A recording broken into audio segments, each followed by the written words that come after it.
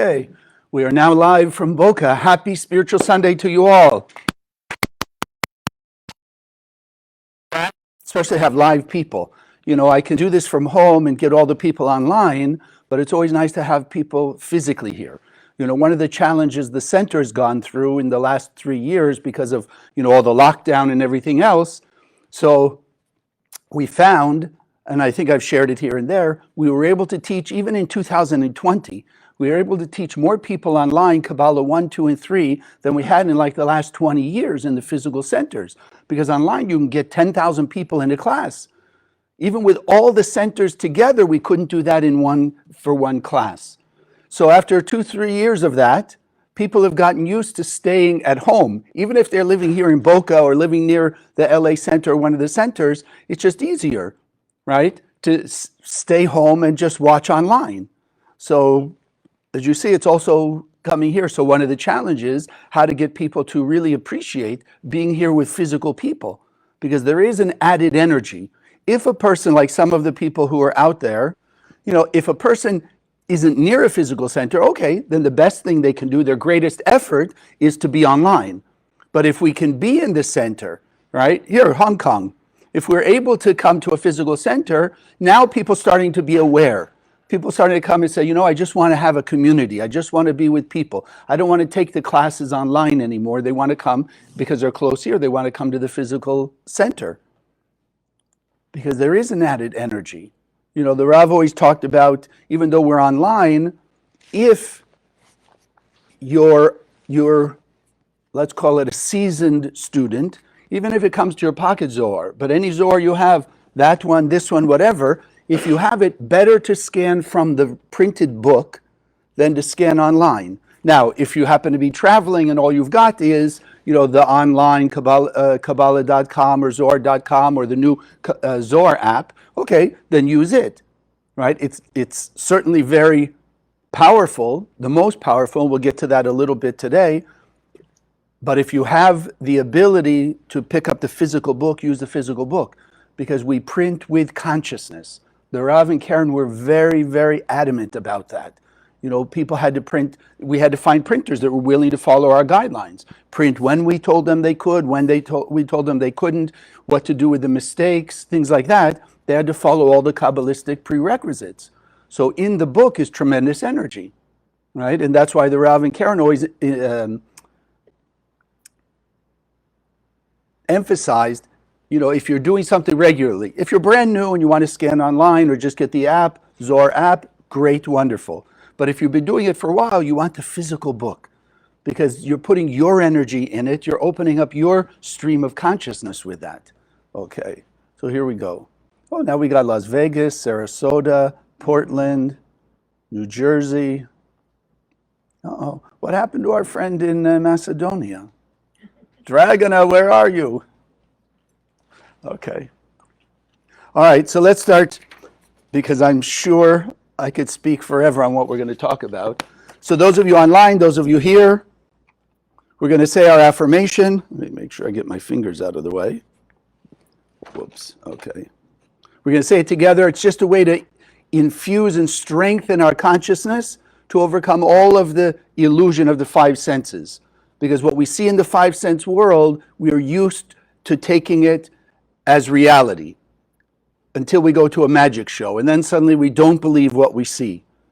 But when it comes to bad stuff, or sometimes the really extreme good stuff, we believe what we see. We are learning how to see beyond our five senses. So let's say it together.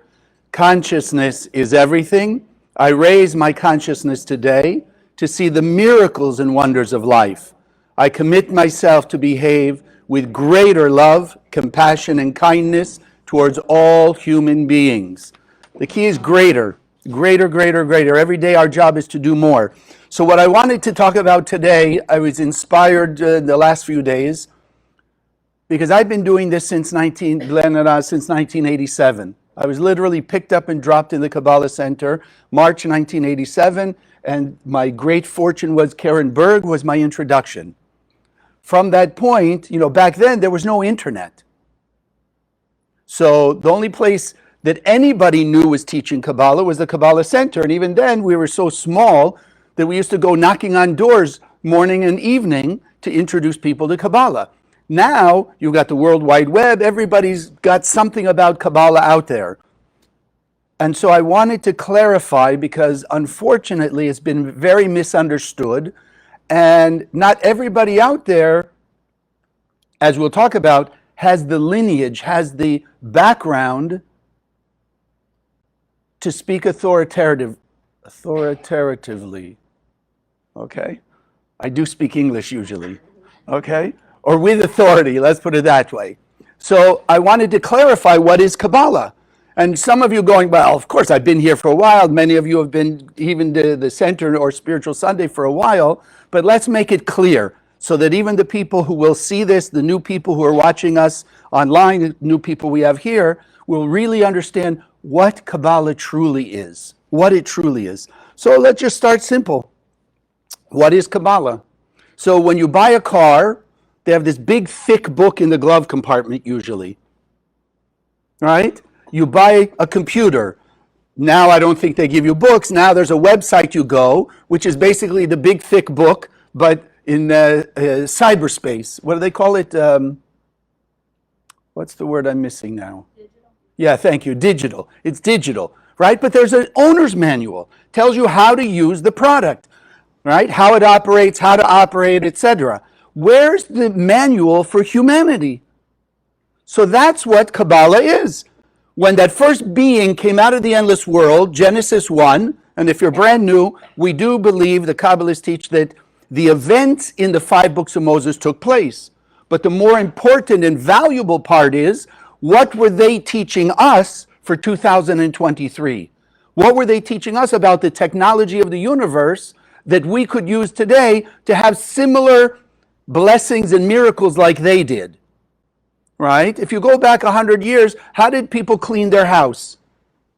They didn't have vacuum cleaners, right? They didn't have those whatever things, the automatic ones that run around. But the essence of cleaning the house was still cleaning the floor, washing the dishes, wiping things off. You follow? It's the same idea, just in somewhat different frame, different technology.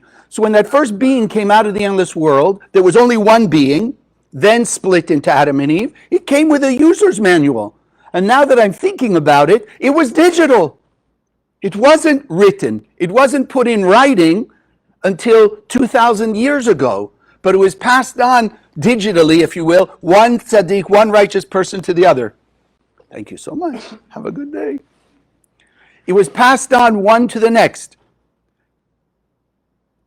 There is something called today, the only thing we could relate really, unless you just accept divine inspiration, would be people with photographic memories or total recall. There are people like that, right? They can remember everything that they ever did, ate. You want to ask them 20 years ago, what did you have for breakfast on a certain day? They could tell you. So if you think of that multiplied thousands of times, those are the great lineage of Kabbalists from Adam and Eve all the way through Moses, through Rabbi Shimon, all the way down until we have the books today. The Zohar is literally the operating manual of the soul. Not a religion, not a philosophy, not a theology, not a theory. Not a theory. The smarter scientists get, the more smart, so to speak, Kabbalah gets. You know, it's like someone was just telling me, which I'd heard before, but they were reminding me. You know, you talk to a kid, and a kid says, yeah, when I was a teenager, my parents were really stupid. Then when I was 22, I suddenly realized how smart they were. You follow, like how we grew up. When we mature, all of a sudden we see things differently. So in the same way, you know, 100 years ago, 200 years ago, when the Zohar was somewhat around, or you'd throw out some Kabbalistic teachings, quantum physics, relativity, science, they say, oh no, this is all crazy stuff. Woo-woo, metaphysical, I don't know, spiritual stuff.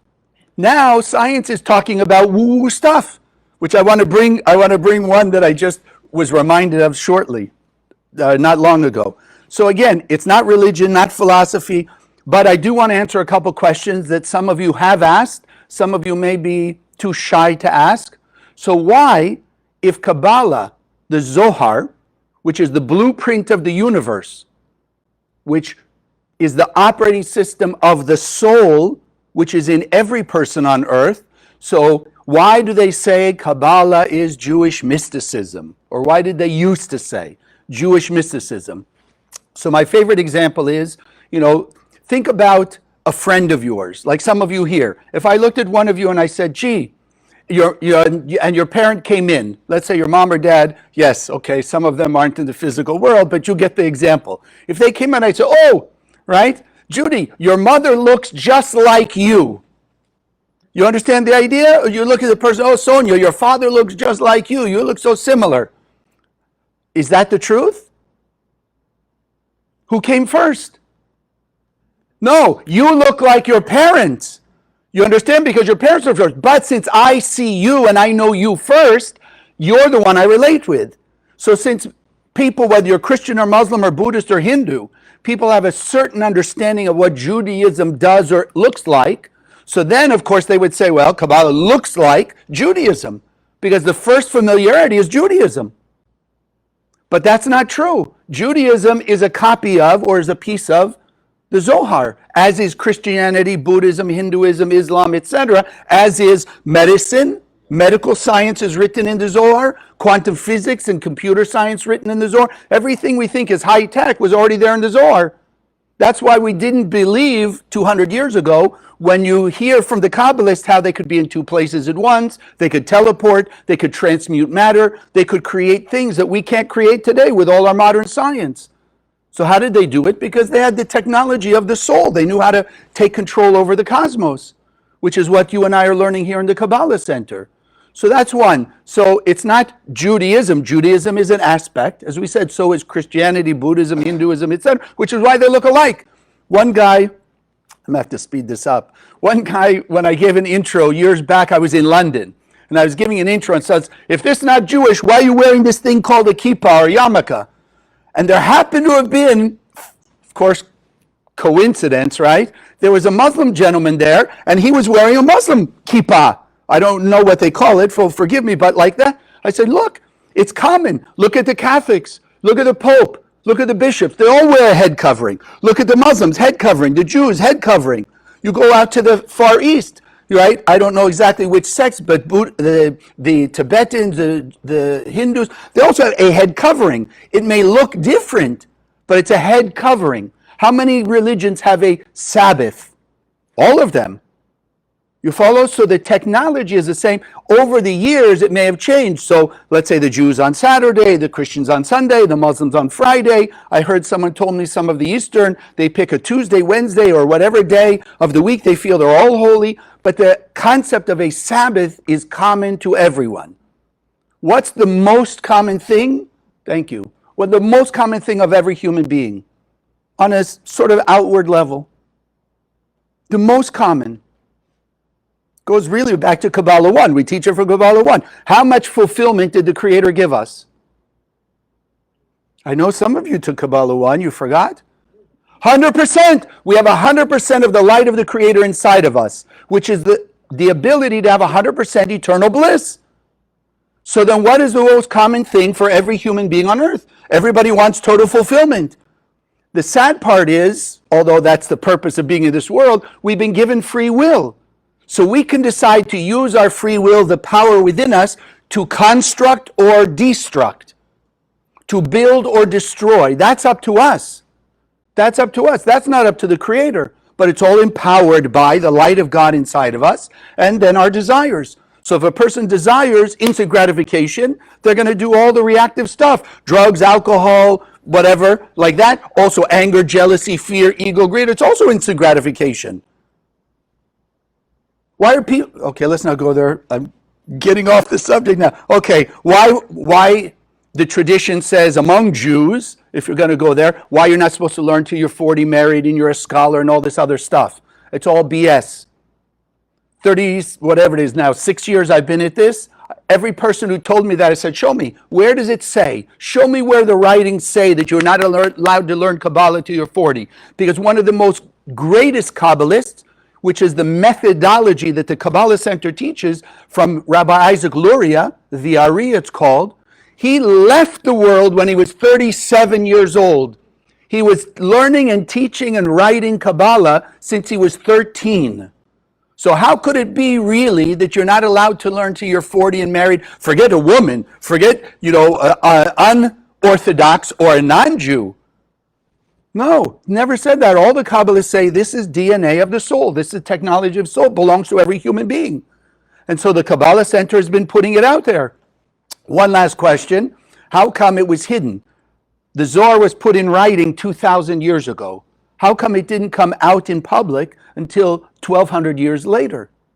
Which is why some, and I'm going to use these terms between us, misguided people thought that the Zohar was written by Rabbi Moses de Leon in the 12th century, or the 13th century, 1200s, because that's when it was first brought to any aspect of the public. But like the Kabbalists said, no, people weren't ready for it. Like they say, imagine teaching a computer. Could you imagine taking a cell phone, go back 1,000 years, and try and explain to people a cell phone? You think they'd grasp any of the concepts? No. So it wasn't that it was hidden because they shouldn't learn. Nobody was capable to learn.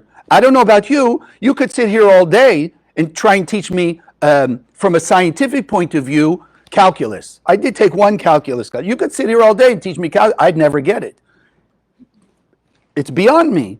You follow it? So it's not that it's hidden. In essence, you could say it is hidden from me because I don't understand it. You could try and teach me. You could try and teach me certain things like that. I wouldn't get it. My brain wouldn't hold it. I'm just checking to see what you're thinking now. You say we all have something like that. There's got to be something that could be explained. You've got the world's experts trying to explain. It just go over our heads or in one ear and out the other kind of thing. But that doesn't make it not true. But in essence, if you want to call it that, it's hidden from me because I'm not grasping it. So the whole point of the Kabbalah Center is to unveil, to reveal, take away the curtains. Rav Ashlag calls it, the founder of the Kabbalah Center over 100 years ago now, he says it's time to remove the iron curtain against the study of Kabbalah because the world needs it. And in those last 100 years, yeah, you could always find places that it was needed, but what about now? Where is there not chaos in the world? Where is there not discord between people? So the world needs it now more than ever, which I think is why they gave me the idea that I need to clarify today what it is. So those of you that have been learning, like we all know, you could hear the same thing 100 times, and if you're growing spiritually, it sounds different each one of those 100 times. If something sounds the same, like I always tell people, Kabbalah 1, you take Kabbalah 1, if it sounds the same, that means you didn't change.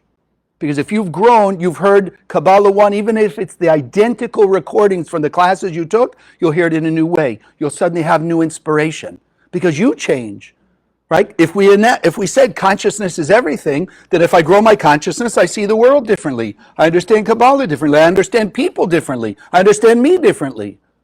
That's what we're giving people. How to live in a practical way, Kabbalah, the light of the Creator, the user manual of your soul, so that everybody benefits every day in every way in their life. That's it. It's not limited. It's not like the gym. Even in the gym, you go to the gym, exercise your muscle, but then you don't use your muscles when you go outside the gym. Sadly, there are a lot of things we learn in school that once you go out of school, you never use it again.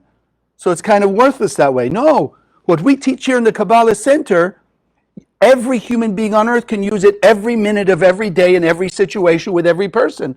There's nothing that we can't apply Kabbalah to as we teach it here.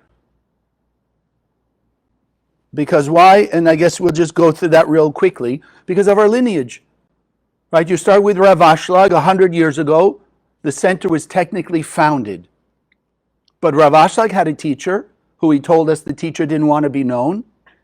And his teacher had a teacher, had a teacher, had a teacher. We go back through the Baal Shem Tov, back through the Ari, all the way back to Rabbi Shimon Bar Yochai. Which is why what we teach here is so fundamental, so practical. And it goes back to literally what all the great Kabbalists, it's congruent with everything. That all the great Kabbalists, what the Zohar teaches us. In fact, some of you were just here a few minutes ago before we started Spiritual Sunday. We have today 23 countries around the world. Los Angeles, New York, here in Florida, they just went out. We have what we call spiritual soldiers. They took Zohars, pocket Zohars. They took the big books like this, the sacred Zohars, to go give away to various organizations and places, etc. In the last 3 weeks, it's the big tumult in the Middle East. Last year, we gave away 100,000 of these pocket Zohars to police, to fire, to all kinds of people. You can go online and see things like this. Took us a year to give away 100,000. In the last 3 weeks, we've given away 70,000. Because the more trouble there is, the more pain people feel, the more open they are. So we've given away, I think, is at least 40 some odd thousand to the soldiers in Israel, right? We're trying to get everywhere, but it's not now with all the goings on, it's not so easy. So like we said today, it's a day of unity, so we want to also meditate that all the people going out to hand out these Zohars are spreading this light, because we're going to get there also. It's light that will remove darkness. But there's 23 countries today in unity that are handing out these Zohars wherever they can. Various religious organizations, to hospitals, to people on the street even, that are willing to accept it and be a beacon of light to the world. So that's what Rav Ashlag started. Rav Ashlag had a number of students, but one disciple who continued the work of Rav Ashlag when he left the world. That was Rav Brandwein. Then he had a few students, but one disciple, who is Rav Berg, who was my teacher. That was, Rav Brandwein was the Rav's teacher. And then the Rav, to his good fortune, with the blessing, and you can read Two Unlikely People if you want to know the details of that story, got associated with Karen.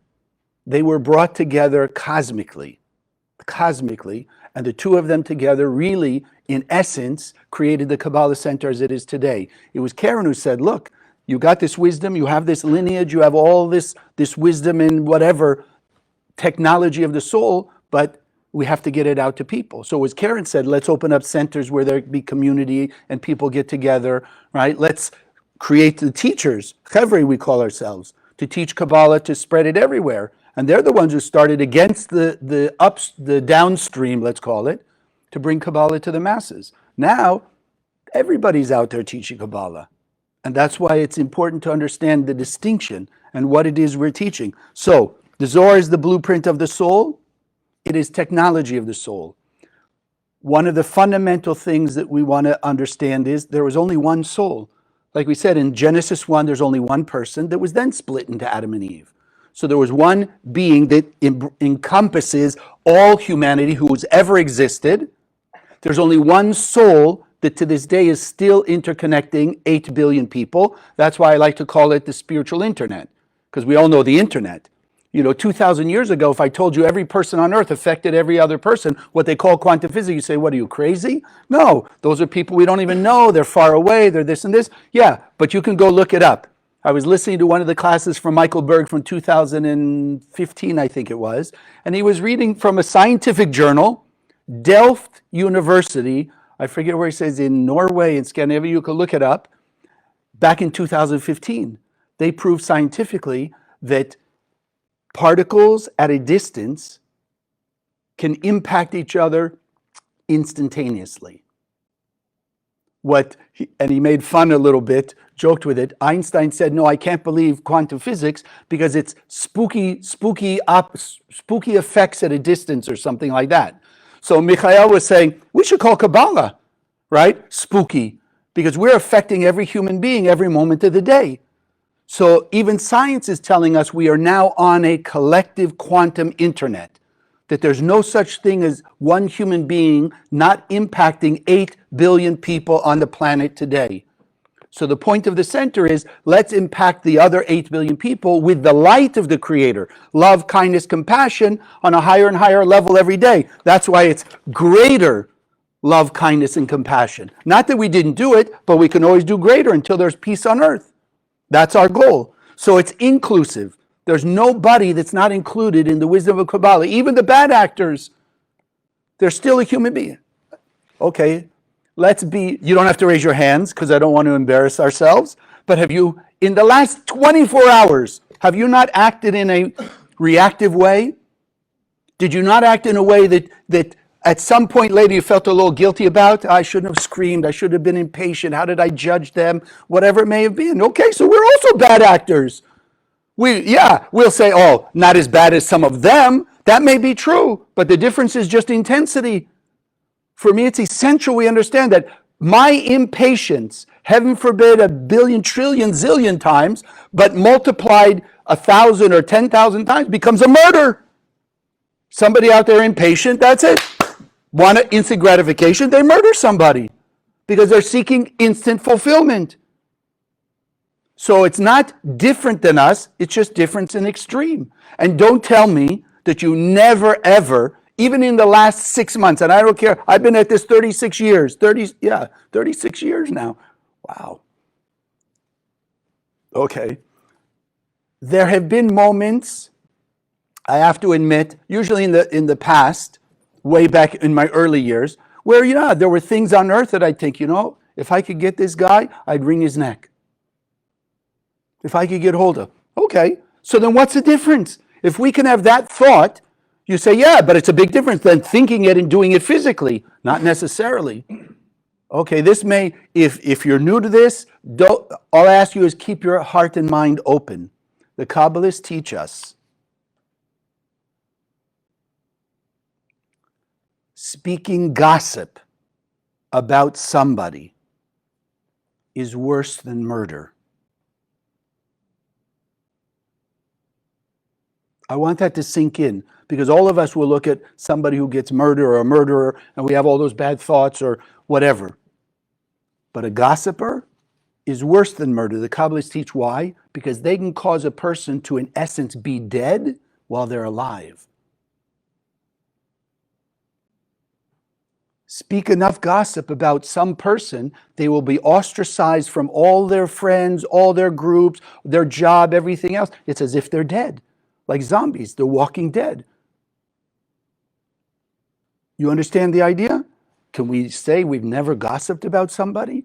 Hopefully if you've been learning in the center, we've been making a bigger effort not to, and not to listen to it from other people, but we need to understand what we can't see is bigger than what we can see. I think I shared last week, one of the scientific studies of late, we only see physically 15% of the universe.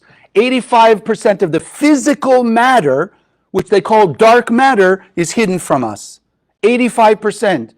So how can we say, I don't care how spiritual you think you are, I see everything, I know everything. That's why for me, whatever Rabbi Shimon wrote in the Zohar, that for me is the absolute truth. And if I don't see it, when I first started, I had 10 years of teaching and learning other spiritual teachings. So with the first class I took, the first few classes, I think, oh, no, this Kabbalah stuff, it's a little off. But after I understood by the end of Kabbalah 1 that this really is the blueprint of the universe, then I said to myself, if I don't see eye to eye, as I called it with Rabbi Shimon, the writing in the Zohar, I knew I had to move. Not move Rabbi Shimon to agree with me. I had to move to agree with Rabbi Shimon because those are the laws of the universe. How would I know? How would I know? I can't see on the other side. But if you read the Zohar, you see he's described everything there is on the other side of our five senses. Everything. That's why science, as it becomes more modern, is proving Kabbalah. So that we'll have more certainty and make a greater effort to apply what we learn. Okay. All right, so we don't have to go there. So let's just go. Let's just show. So then what happened? What happened to this wisdom? So you and I learned from Kabbalah 1, right? I hope it's clear. Kabbalah is the operating system of our life, of humanity. If you want the best life you're supposed to live, then you just apply the principles. You apply the teachings. Now also like a computer, and I share this very openly. Me and technology. That's why I have one of my kids is a great IT person. So if I have any questions, I call him up. But there's a lot of potential in this cell phone, right, or in this computer, I don't make use of. Doesn't mean the computer can't do it. Doesn't mean it's not there already. Just means I either don't know or don't have a desire to use it. So the same with the Zohar. The Zohar will teach us everything. The Kabbalah Center will teach us everything. Now you pick and choose what works for you now, and be open-minded to grow. As you'll grow spiritually, you'll implement more. That's it. But you have to go on your path. I have to go on my path. But the wisdom, like the phone, because you use it more than me doesn't mean I'm misusing it, right? I get what I use. You get what you use. I have mistakes. If I make a mistake, garbage in, garbage out, right? So the same thing with life. So I wanted to remind us, we have two voices in our head. The real one of our soul, and then we have that imposter voice. We have all the kinds of names for it. The adversary, the enticer, the evil inclination, the ego, whatever you want to call it. But it's that nasty voice that is there to challenge us. Do you really want lasting fulfillment or not? So let me ask you, does anybody here not, okay, even intellectual, anyone here not want eternal bliss? Good, we all want, right? So think of it though, in the moment we act in a reactive way, a little impatience, a little judgment, a little greed, a little ego, a little anger, a little resentment, in those moments we are saying to the universe, give me instant gratification. Wake up and realize that's a choice we're making. Instant gratification, which is that opponent voice in our head, versus eternal bliss, which is what our soul is saying. But that enticer is there to test us. Do you really have a commitment to your eternal bliss, to the mission we came out of the endless world for? Are you committed to it? And I'm not saying we won't make mistakes along the way. That's why it says in the Zohar, the repair system of mistakes was created before the physical world and humanity was put here. Like the car. Before the car goes out into the public, right, for sale, they have an operating manual, plus they also have a repair manual. Because they know somewhere along the line something's going to go wrong. Even if it's just the general maintenance, the oil will wear out and this will wear out, you have to repair it. So the same thing, everything that we could ever need to repair, there is a system to repair it in the Zohar, in Kabbalah.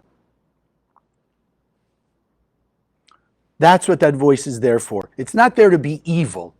Sadly, because people do enough negative things, I think we talked about it last week, if it got through. I tried to put some things together so, right, through all the interruption, it is there.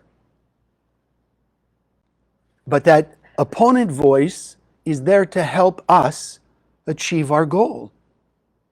But we have to be strong. We have to use our free will to commit ourselves to wanting eternal bliss, live in heaven on earth, have peace and harmony in the world. If you're not committed, then the person's not going to do it. Like anything in your life, you have no desire, you're not going to make an effort to do something you have no desire for.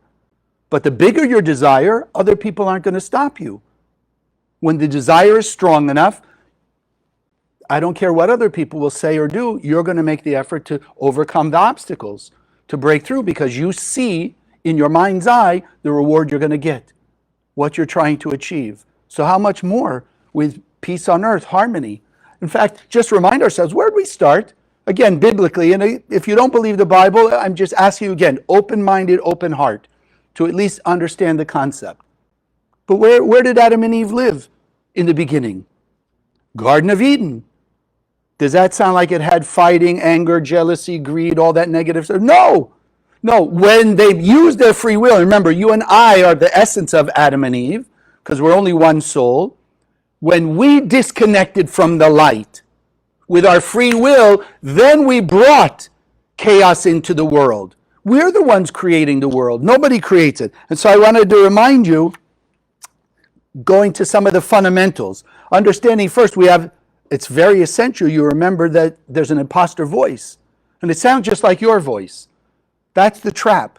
If my imposter's challenging voice didn't sound like me, it'd be easier to fight the challenge, to overcome the challenger. But because it sounds like me, that's why we do this affirmation every week. Because the imposter has been reminding us, you're no good, you can't do this, you're limited, blah, blah, blah, all the negative limiting thoughts. So we've come to believe it. Now we've got to start reminding ourselves, not create ourselves, or we're reminding ourselves of the truth. We are pure and perfect beings of light. We have the power of the Creator inside of us. There's nothing we cannot do. Look what's happened, even in a negative way. What has not been done? Man's inhumanity to man is thousands of years old, since Cain killed Abel. Now it's just changed the methodology, but it's still the same thing. But on the same time, there's the other way around. Man's humanity, care, compassion, dignity, etc., that also is gone from the beginning of time. So it's our choice what to do. So we have the two voices, two paths we can follow. So here's the fundamental. First and foremost, and I think today everybody will accept it, at least in the brain, but you and I are learning in the center how to take it from the brain to the heart, where we not only live it on the outside, but we live it deeper from the heart. Because the Kabbalists teach us what comes from the heart or goes from the heart arrives to the heart of the other person. So cause and effect, fundamental law. Everything is cause and effect. Nothing is random, nothing is accidental, nothing is randomly coincidental. In fact, if you take that word apart, what does coincidence mean? It doesn't mean random. We've inferred random, but coincident just means two things happen together. When two cars meet in the middle of the intersection, bumper to bumper, we call it an accident. But what really happened? Somewhere along the line, two people, and just take it in a simple way, weren't paying attention. So was it really random? No. Each one was the cause in one way or another.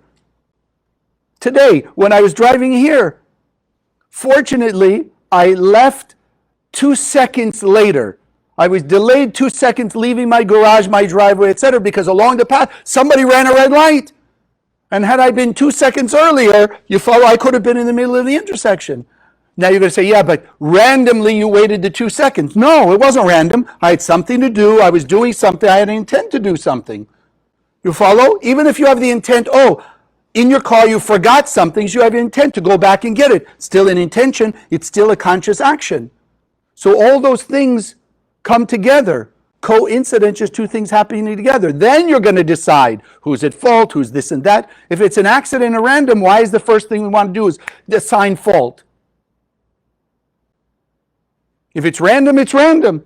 If it's cause and effect, then you want to look for assigning fault, cause and effect. But if you don't believe in cause and effect 100%, then you'll pick up, it's random, it's accident, you got it. Then there's no blame. We got to wake up. And I'm sorry, maybe I'm being a little intense, but what's going on in the world, we need to be really wakened and shaken into our spiritual sense, into our soul sense. Because on a soul level, we'll realize we are all one. So you start with cause and effect, and I am the center of my universe. What world do you see? Do you think you see the same world as me? Even your loved one, even husband, wife, boyfriend, girlfriend, whatever you want to call, you think you see the same world as them? Go to a movie and then decide after the movie that you have different opinions about the movie. Even something simple like that is proving to us we don't see the same world.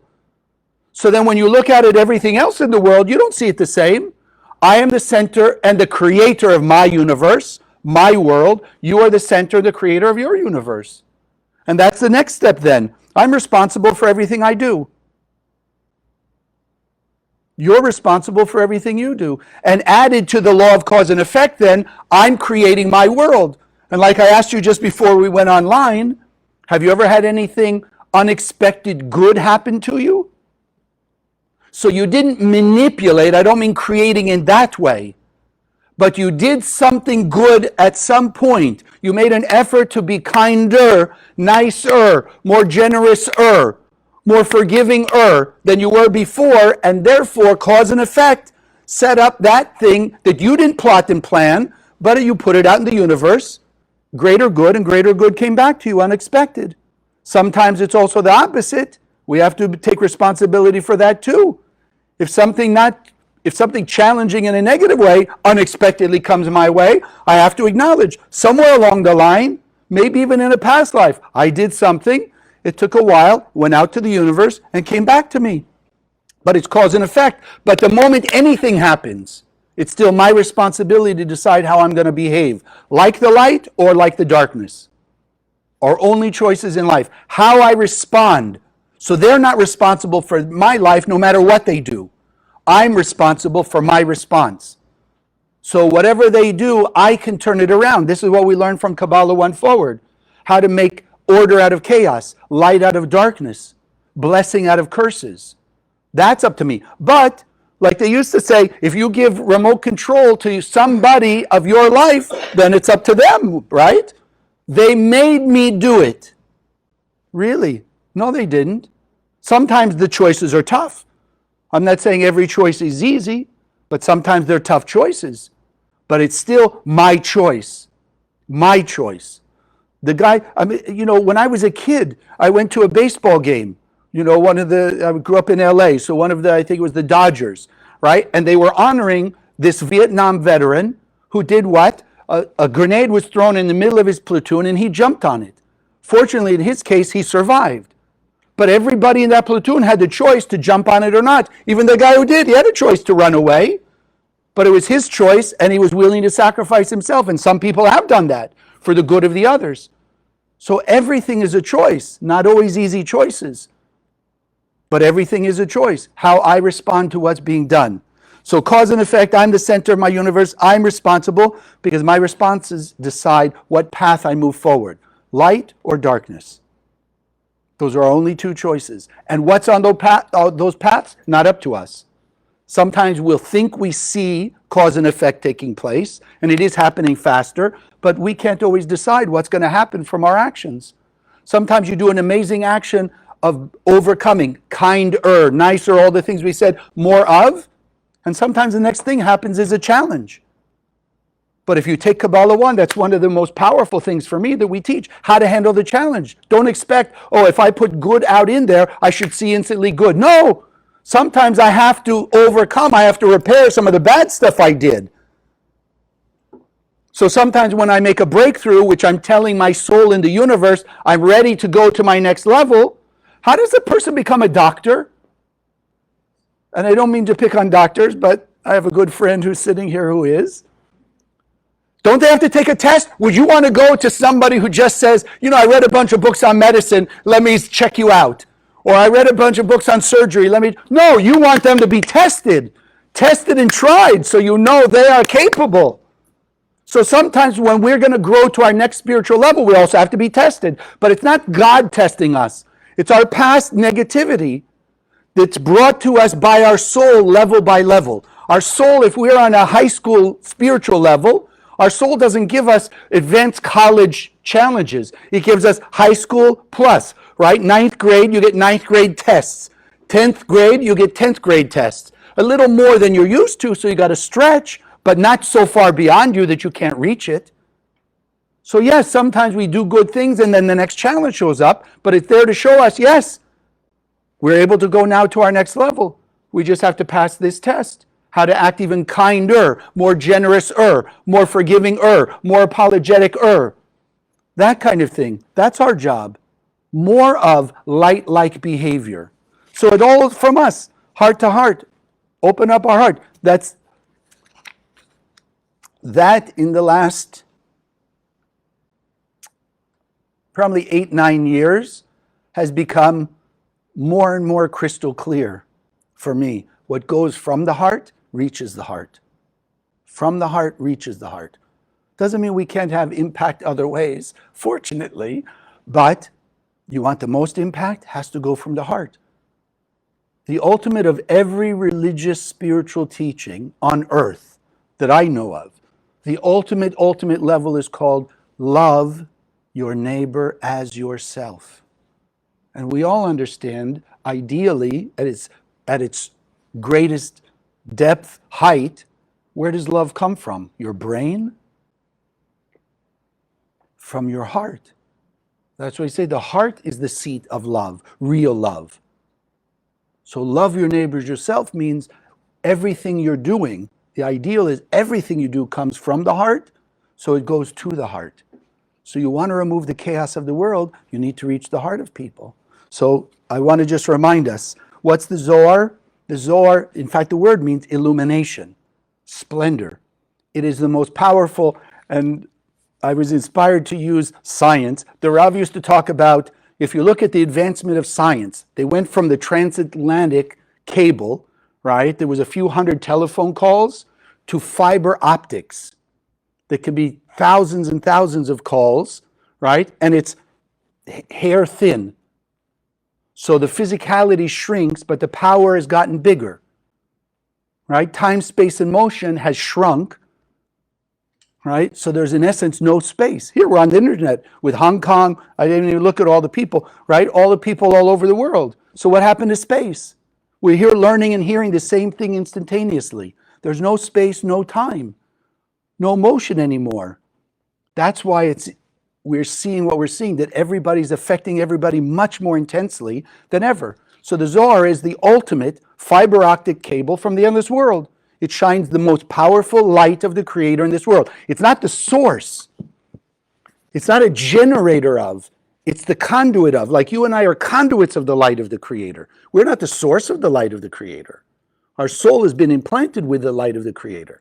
The Zohar is a conduit, the most powerful. That's why the Christian Bible, Jewish Bible, Muslim Bible, Hindu Bible, whatever Bible or holy book you want to talk about, based in the Zohar.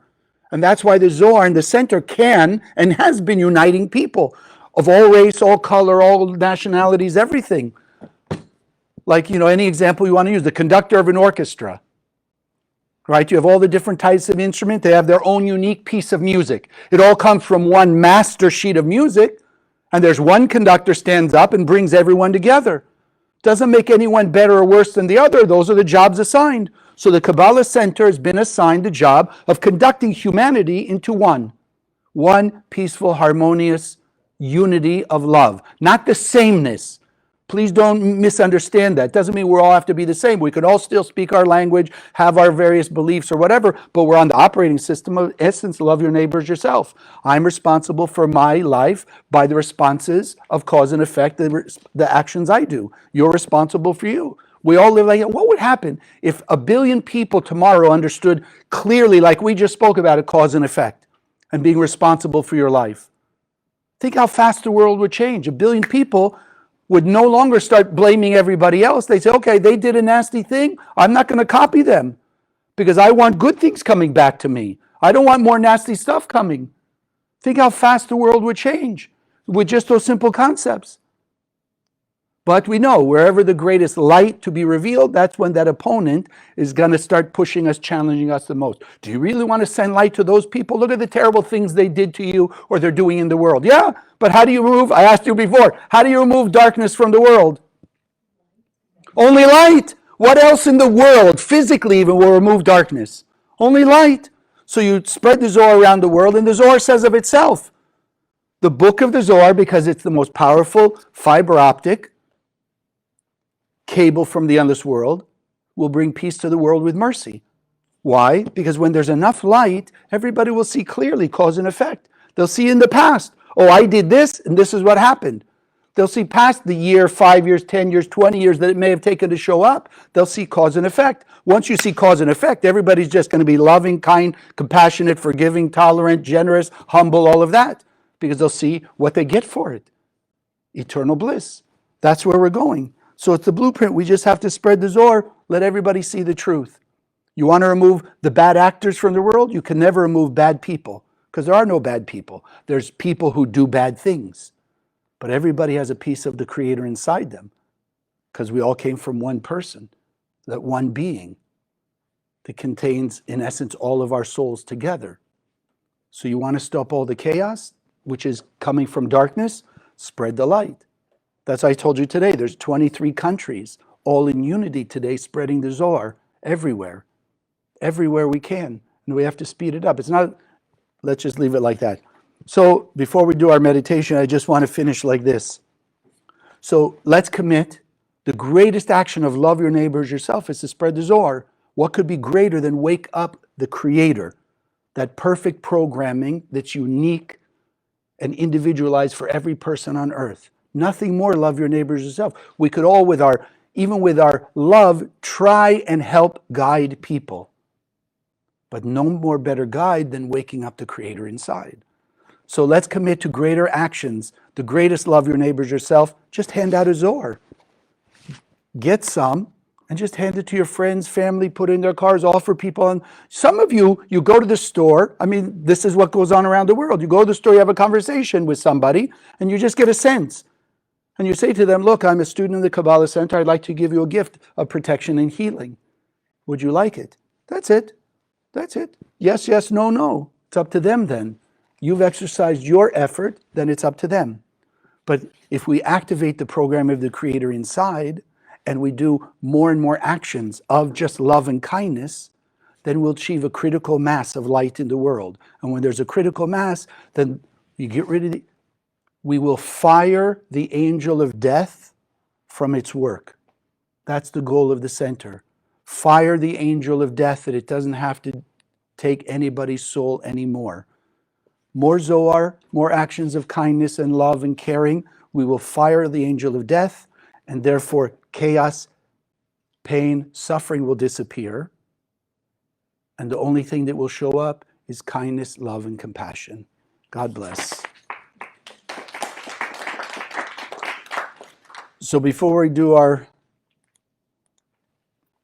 meditation, and those of you who are newer, we have one of our 72 names. You see the 72 names of God over there. But before we do that, this is a time just of appreciation. So we call it our offering, our gift, right? It's a free will offering, but whatever your heart says to you, whatever appreciation you have, you've been inspired today, or just the actions of the center, and this is why we take the time to bless our offering, that it'll go out, it'll touch the most hearts and soul possible, and it will help us just spread more Zohar. And I told you last week that we're committing these donations to go to the Zohar project, that are going out there, because the faster we spread the Zohar, the faster we fire the angel of death. So those of you online, I did put the website to give. For those of you here, just hold your offering in your hand. Consciousness is everything, and the money is just a vessel. So we want to put with greater consciousness our love, our appreciation, gratefulness for all that we have, all that we've been able to do, all our blessings, and also appreciating the challenges that have helped us to grow into greater loving, kind, and caring people. And so we send this offering out through the center that literally is embracing 8 billion people on the planet, heart and soul in the light of the Creator, to help each of us have a stronger awakening of the light inside of us, a greater sense of pain over our reactive behaviors, and therefore with greater mercy through our own voluntary effort to act in a higher way, more light-like, and bringing that to the heart and soul of every human being on earth. That everybody will act with greater love, care, kindness, forgiveness, compassion. And together we say, Amen. So, okay, let's see, for those of you here. Yeah. So those of you who are new, what you see in front of you, yeah, people will tell you it's Hebrew letters, Aramaic letters, but they're actually photons of the light of the Creator. They shine the light of God. They're also just conduits, fiber optics, whatever way you want to look at it. So they just shine light. In this combination, Lamed, Vav, Vav, if you have the 72 names, you're probably looking at it. Or if you have the book Dialing God, this is actually defined as dialing God. So I want to use it today to help us dial stronger into the light of the Creator inside of us and inside all people. So just look at the shapes, Lamed, Vav, Vav. Let them be engraved in your mind's eye, because the eyes are the window to the soul, and therefore as the light channels through these nanoparticles, the Rav called them, it's going through the eyes, awakening a greater depth and intensity of the light of the Creator in your soul. Lamed, Vav, Vav. Okay, so if I can ask you, sit comfortably in your seat, feet flat on the floor, hands comfortably in your lap.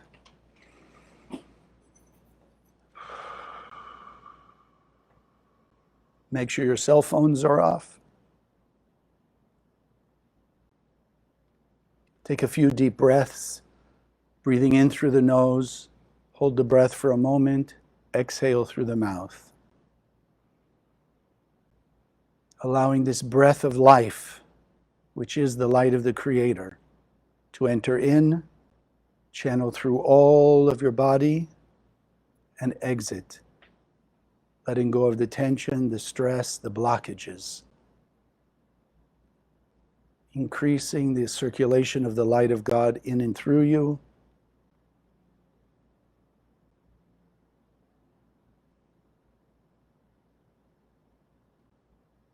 Opening up your heart and soul even greater than it was, so more of this light will channel through and out into the world.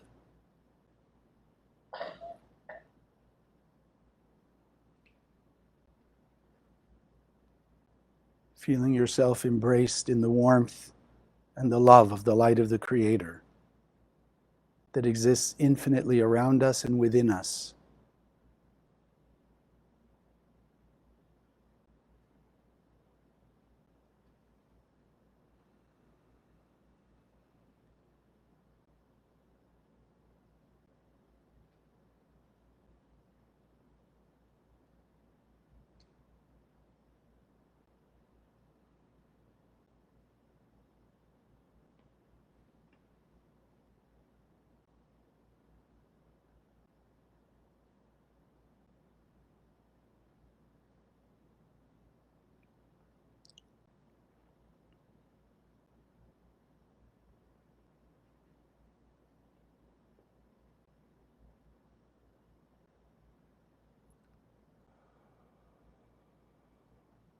Together we'll envision Lamed Vav Vav just above your head, allowing the beam of light from the endless world to channel through these 3 nanoparticles, photons of the light of the Creator. See them glowing with this light. Feel the vibration. It's bringing a stronger connection to the light of God inside you, all around you. And let's bring it through the top of our head, Lamed Vav Vav. Allow the light to circulate around the brain, the mind, the consciousness, giving greater clarity to distinguish the voice of the opponent, the voice of the light, your soul, dissipating more and more of those negative limiting thoughts about yourself and others, and allowing the revelation of the thoughts, the unlimited nature of the light inside you, your unlimited abilities of impacting the world with good, with light, and with love. And allowing the Lamed Vav Vav to continue from your head, through all of your being to your toes, the bottom of your feet, opening your heart, breaking through the walls of hurt, disappointment, whatever has been closing off your heart. Let those shells, those walls break down as that true unconditional love of the light of the Creator inside you is awakened and strengthened. Lamed Vav Vav.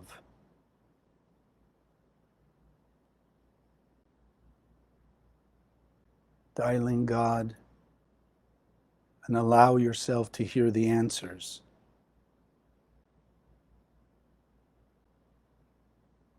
Whatever questions you may have about yourself, your life, your choices,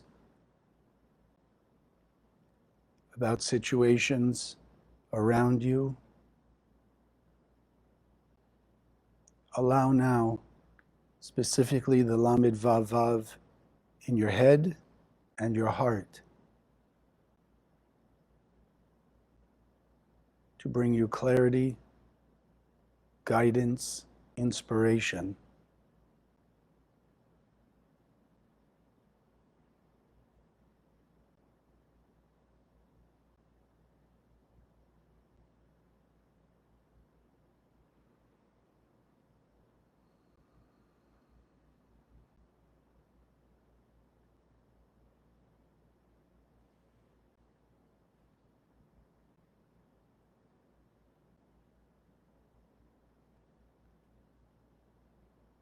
Listen for your answers.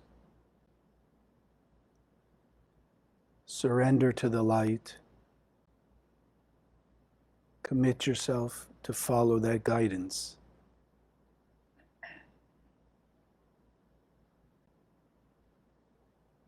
Knowing that the guidance of the light can only bring you greater peace, serenity, harmony in all areas of your life, dealing with all the challenges in life.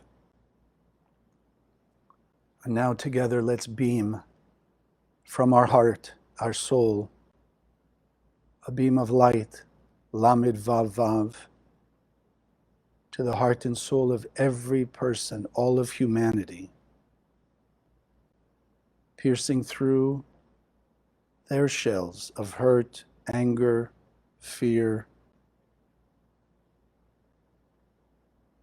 from the heart to the heart, from the soul to the soul.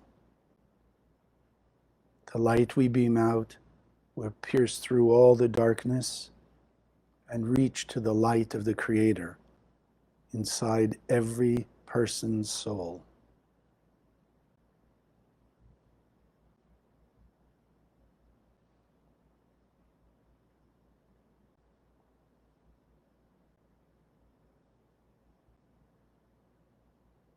Visualize as best you can that light dissipating the darkness, awakening in every person a greater clarity that their true lasting fulfillment comes from being more God-like, loving, forgiving, compassionate, humble, generous.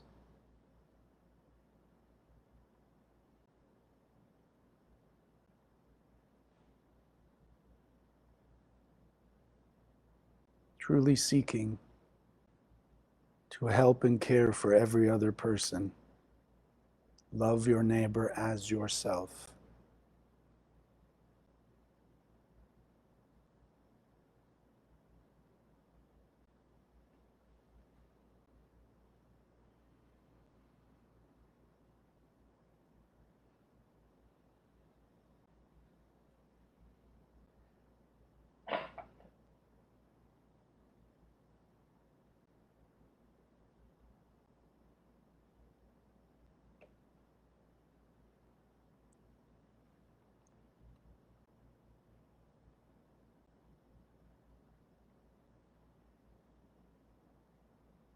Commit to hold on to this vision, the world of light,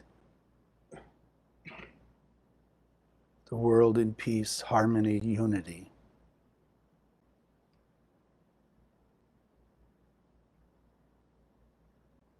Seeing the world once again as heaven on earth, Garden of Eden.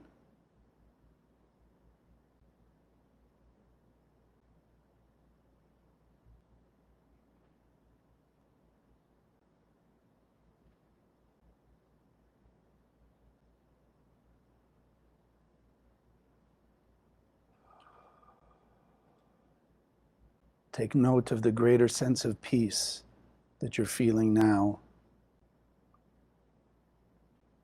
Let it be anchored in, cemented in your heart, your mind, your vision.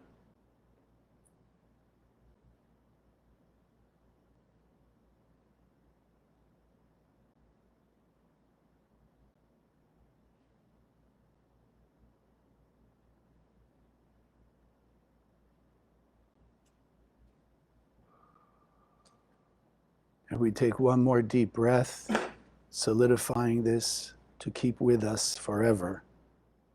And as you exhale, slowly opening your eyes.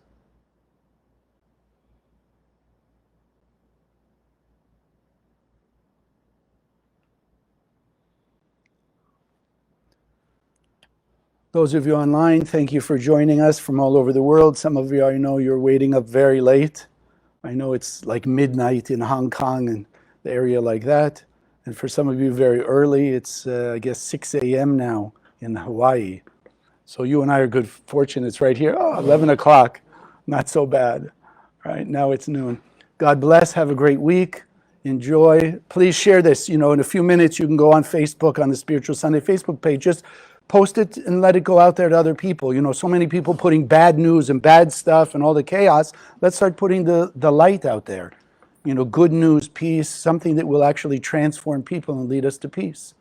So God bless. I'll see you next week. Thank you, those of you here physically joining us. Thank you for joining us. If you liked what you saw, subscribe to this channel that you'll be notified when we post new videos. Share the video with your friends, they can also benefit. And check out the website, www.kabbalah.com. That's Kabbalah, for hundreds of articles and classes. Wish you an amazing day, and God bless.